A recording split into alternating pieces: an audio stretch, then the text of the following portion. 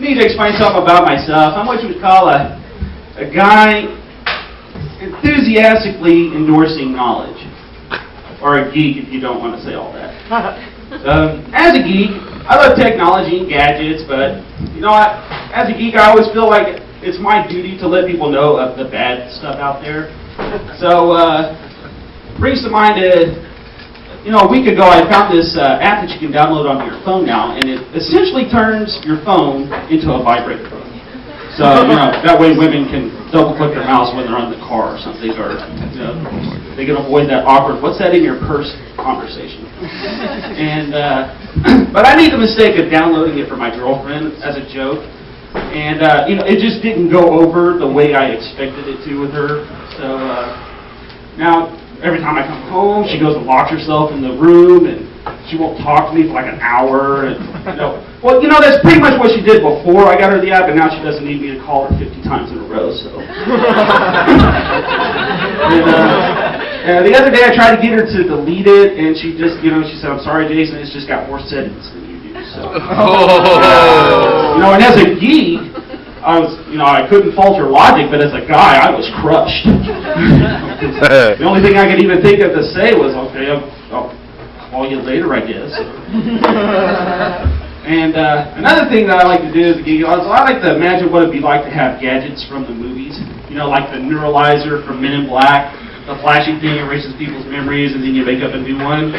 Like, walk in my boss's office, I cuss him out, and he fires me, and then I pull out the flashy thing, and I get a raise and promotion. Or I come home, and my girlfriend's sitting on the couch with one of her cute friends, and but they're all bitching about men, so I pull out the flashy thing, and then they remember they're supposed to have a threesome with me that night. And I really wish they had that gadget, because otherwise I wouldn't have had to use the Jedi mind trick on them instead. You got to use what tools you have available to you. So. And I like to use movie analogies and quotes, provide myself with some guidance, through life's little trials. Like, a question I ask myself a lot is, W.W.Y.D. What would Yoda do? And, or if I'm like broke down on the side of the road with a flat tire, I just stop and think for a minute, how would Gandalf handle this situation?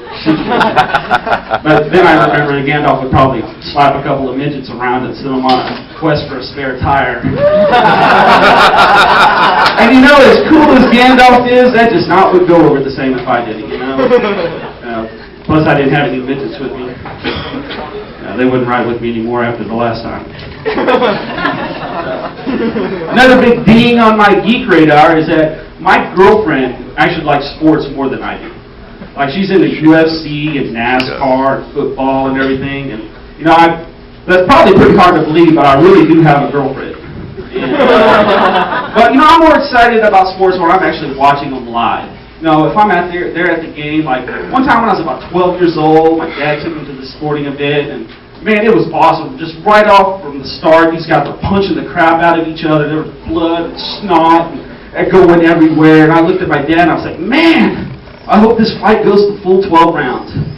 He looks at me, that beam in his eye, and puts his hand on my shoulder, and he goes, son, we're at a hockey game. I was like, oh, well, that explains all the figure skaters. Okay. He didn't take me to do more games, so. Then I'm in a long-term relationship with my girlfriend, and she's pregnant right now, which is kind of nice. We have a boy soon. Woo! And thank you.